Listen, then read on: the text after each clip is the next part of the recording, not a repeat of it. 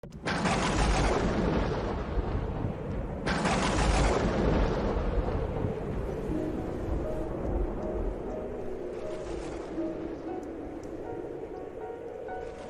Seigneur soit avec vous. Et avec votre esprit. Évangile de Jésus-Christ selon saint Luc.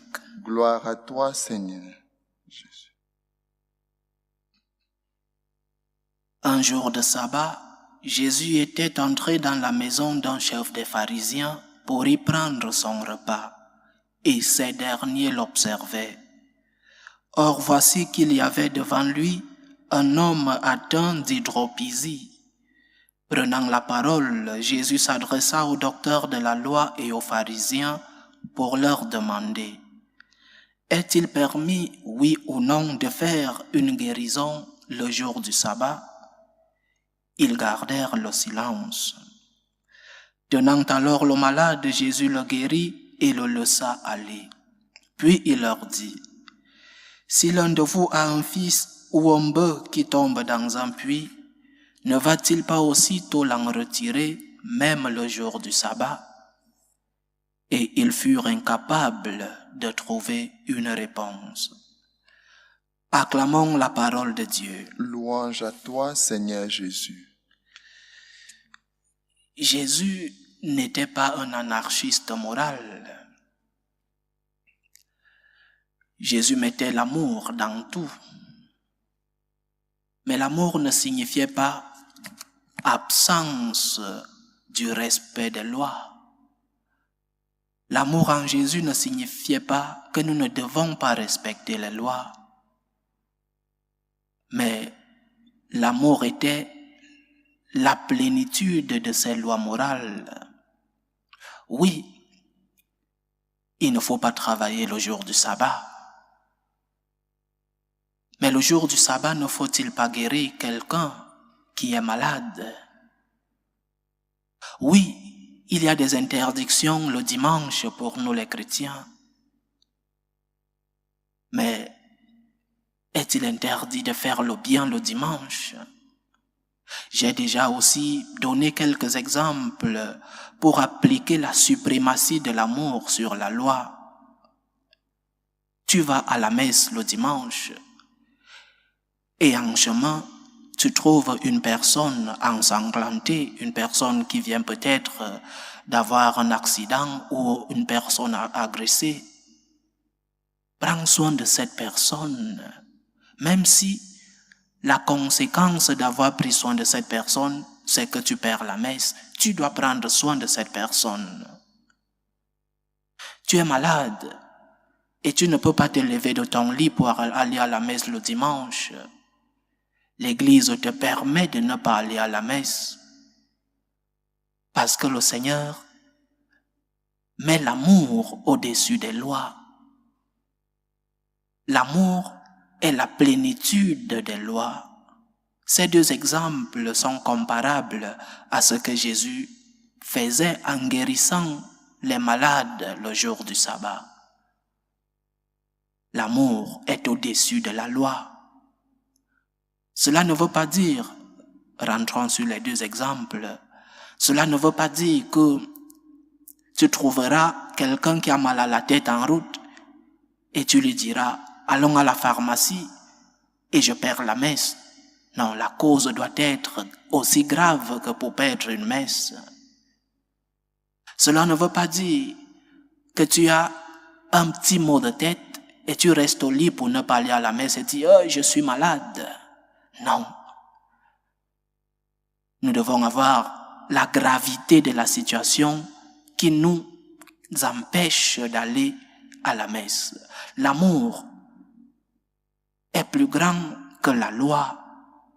Mais Jésus ne vient pas nous demander de ne pas respecter la loi. Non seulement la loi de nos États, mais aussi les lois morales, la loi de l'Église. Mais le Seigneur nous dit de mettre l'amour au-dessus de toute loi. Je crois qu'aujourd'hui, avec la confusion dans notre Église, nous devons valoriser les enseignements moraux du Christ. Ils sont un don.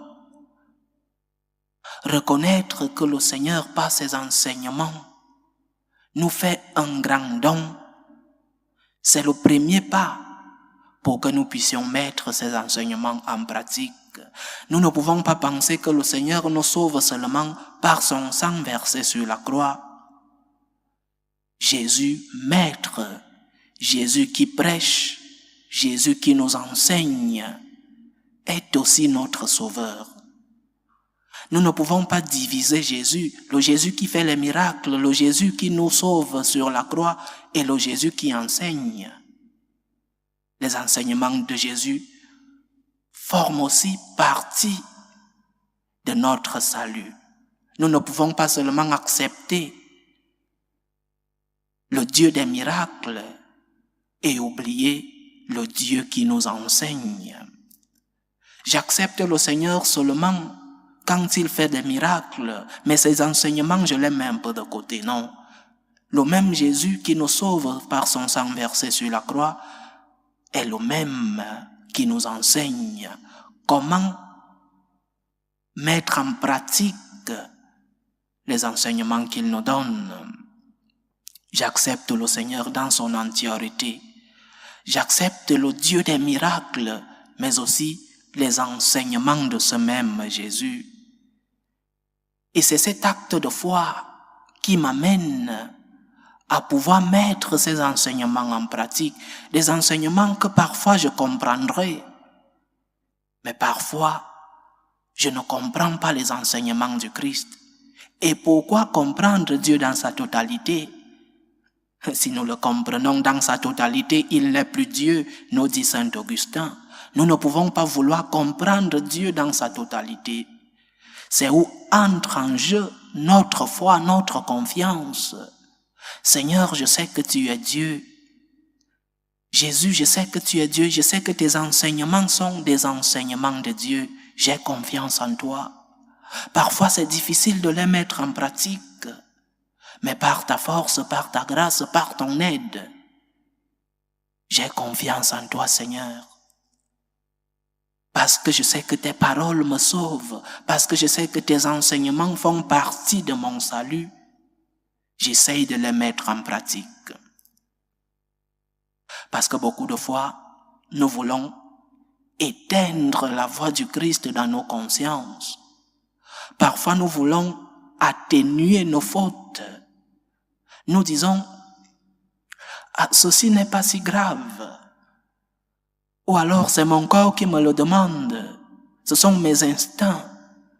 C'est le premier pas vers l'installation permanente dans le péché. Ne te trompe pas en te disant que ce qui est bon est mauvais et ce qui est mauvais est bon.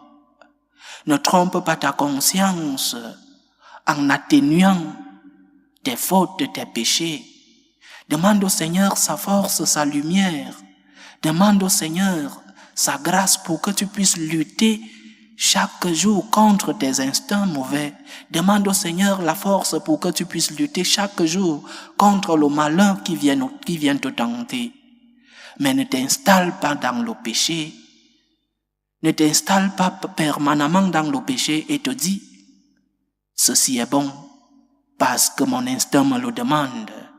Ce qui est bon parce que tout le monde le fait. Ceci est bon parce que l'opinion publique me dit que c'est bon. Le Seigneur te donne un enseignement par ses paroles. Il te sauve dans ses enseignements. Ouvre ton cœur aux enseignements du Christ. Jésus nous parle d'amour.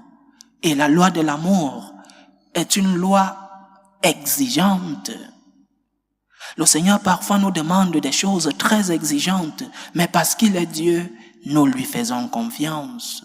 Donc, chers frères et sœurs, imitons le Christ qui a donné sa vie. Il a donné sa vie pour nous. Apprenons du Christ qui nous enseigne à distinguer le bien du mal. Laissons-nous enseigner par le Christ et par son Église. Que le Seigneur nous aide. Loué soit Jésus-Christ. À jamais.